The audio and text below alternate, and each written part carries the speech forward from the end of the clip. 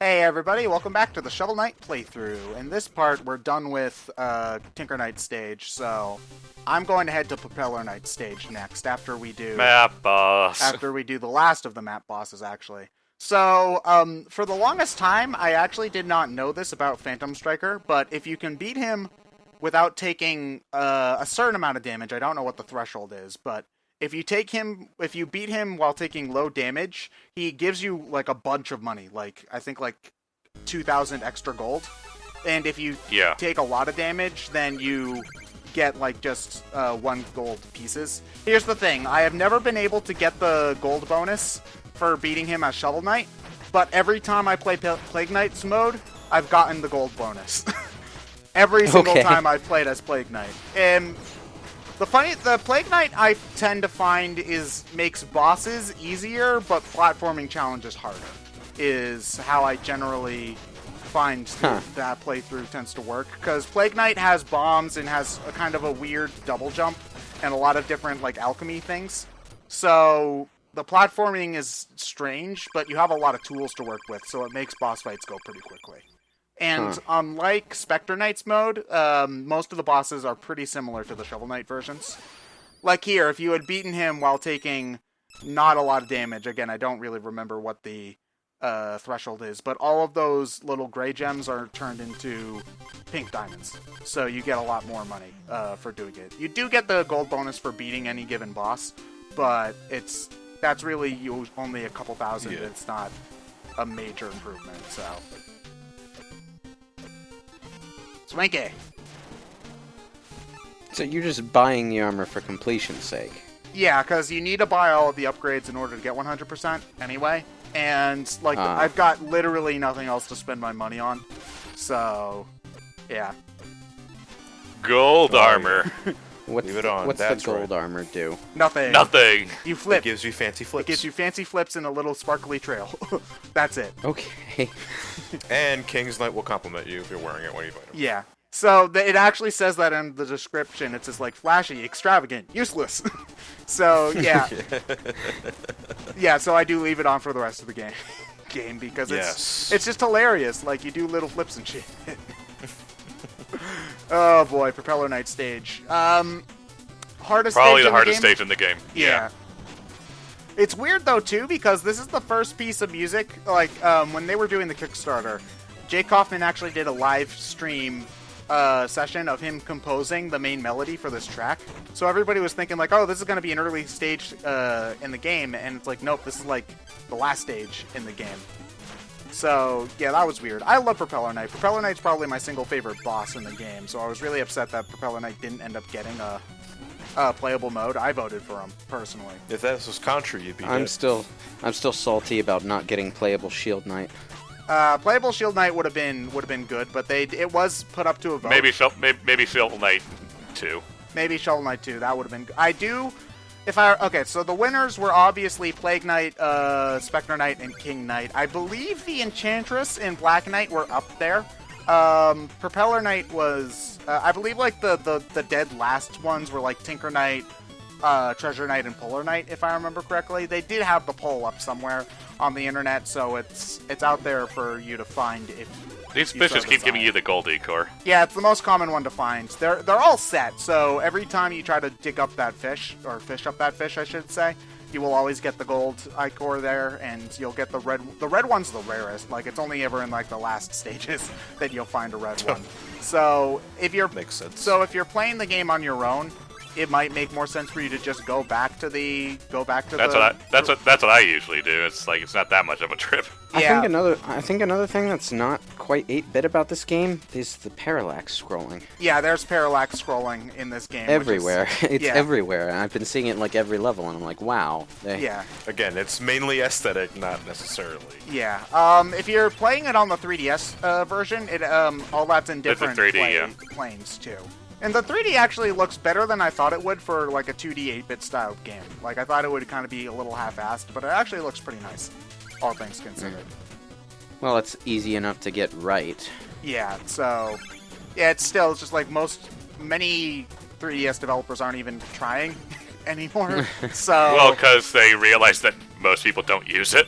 Well, when Most people Nintendo don't use it, and makes- if you're buying a 3DS now, you're getting the new 2DS. Probably, yeah, because if Yeah. they're releasing a model that has the 3D turned off, then, you know, it kind of says something about the gimmick in the first place. But Well, Which the- I love how during E3, during Metroid, they're like, "Oh, you really should try this game in 3D." It's like, dude, when was the last time anyone played any game on 3D? well, I and still 3DS? like playing games in 3D from Well, time here- to here's- time. There's an audience for it, but it's not. The Here's the majority. thing: like the 2DS models were released for very specific purposes. It's not because nobody uses the 3D. It's because the original 2DS was released because for certain ages 3D is a vision hazard. Yeah, they released it Um, in line with, I think it was yeah. Pokemon X and Y, so that, like, 5-year-olds could get a DS Yeah, and without that's also why the 2DS didn't fold up. And you know, some people criticized it like it's a model for adults. It's not. It's for little. Are you It's for little babies. Lewis, are you saying that video games are for children?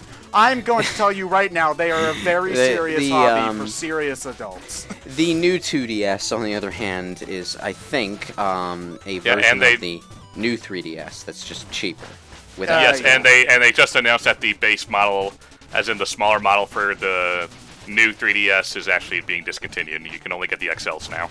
Yeah. Well, that's not new. They did that for they've done that for the. No, I DS. know. Of course, but- it's new. It's the new 3DS. Yeah, but all I was saying is, like, if you're getting a 3DS now, which are you going to choose? The one with the arbitrary 3D that only half of the games do well, or the one that has better hardware capabilities? You know? Yeah. Well, it's honestly at this point, if you haven't bought a 3DS, you should do that because the library is fantastic. But damn it! I meant to do that. Yeah. No, you didn't. No, I didn't. You're right. I'm a hack. Woo! Something about the somersault jump just always looks cooler in video games. You know? I like cartwheels in midair.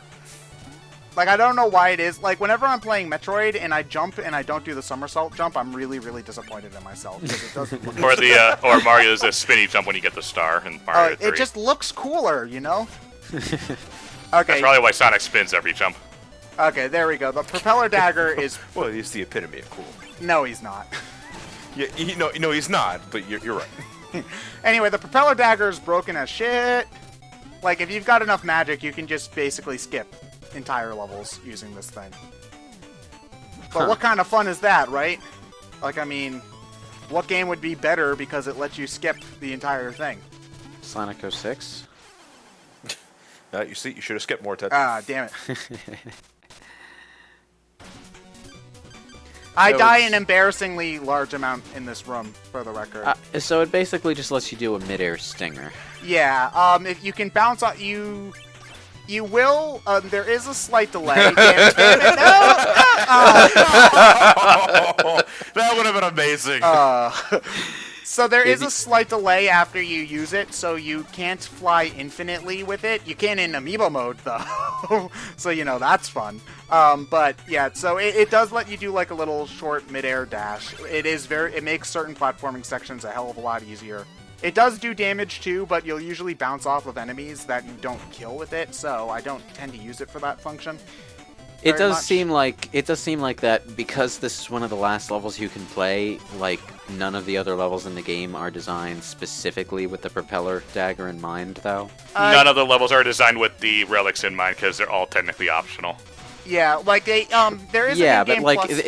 there's still like in this level, I can see like places where you're clearly supposed to use the propeller dagger to make things easier, and it's like there's a line of jewels through the air, propeller dagger through it. Well, that first And- area is an area that you can only go through if you have the dagger because Because that's where you get it. every area with a relic has like a little tutorial section built into it. I see. So it's like you're expected. That's like the one place where it's mandatory, pretty much, and that's because you have. Well, there's also like the challenge levels on the overworld map, but not every relic has one of those. But like here, if I didn't want to go for those gems, which I don't because I don't need the money anymore, I've literally bought everything I can. You could use instead of shovel bouncing on them, or here using the fans, I could just use the dagger to go for them. So yeah, That and you can use the dagger to actually fly against the wind because it doesn't seem to affect your momentum with the dagger.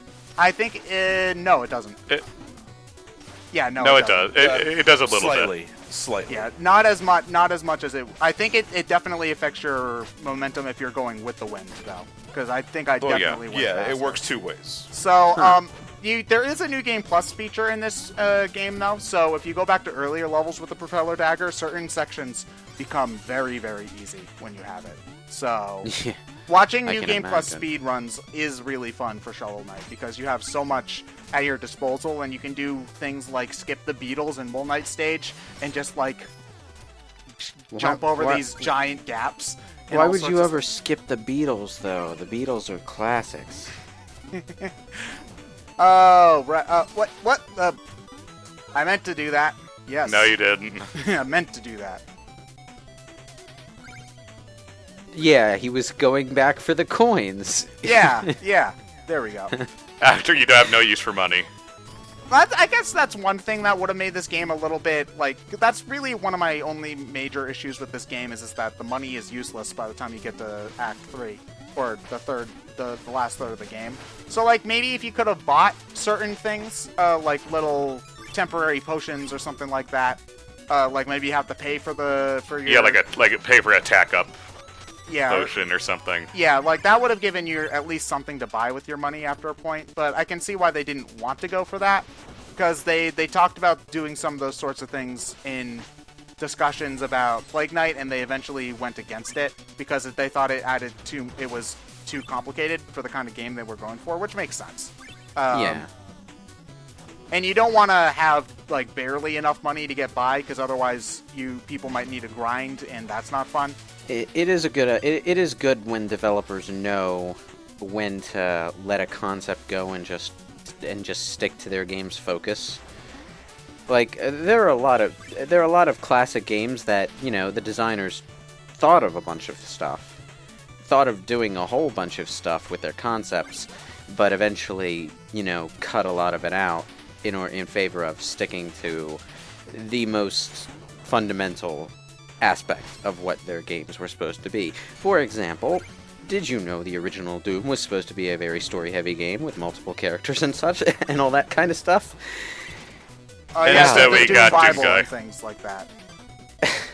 It was a much more ambitious idea originally, and I guess I'm just sort of glad that they didn't go with that at that particular point in time, because I don't think it would have. It would have interrupted the flow that game kind of needs. I don't think it would have aged gracefully. I've seen some of the ideas that they had, and no, it would not have aged gracefully at all. I mean, granted, Doom pretty much is the 90s, so that's not going to age the best anyway, but it would have aged worse. Let's just put it that way.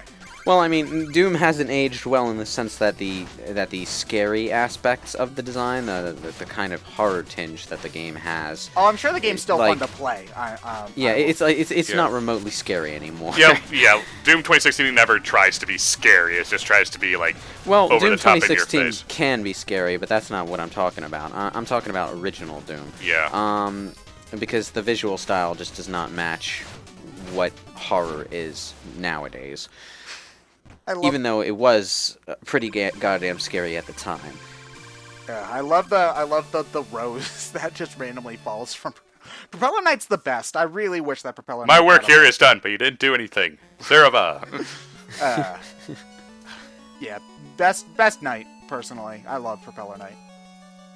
What are your guys' favorites? Like just design and personality wise, I should say. Plague Knight. You're boring. You picked Plague Knight for everything. If you like Plague Knight so much, why don't you marry him? Well, body swap I can. Well, I mean, no, John, you can't marry a fictional character. Watch me. I didn't do it.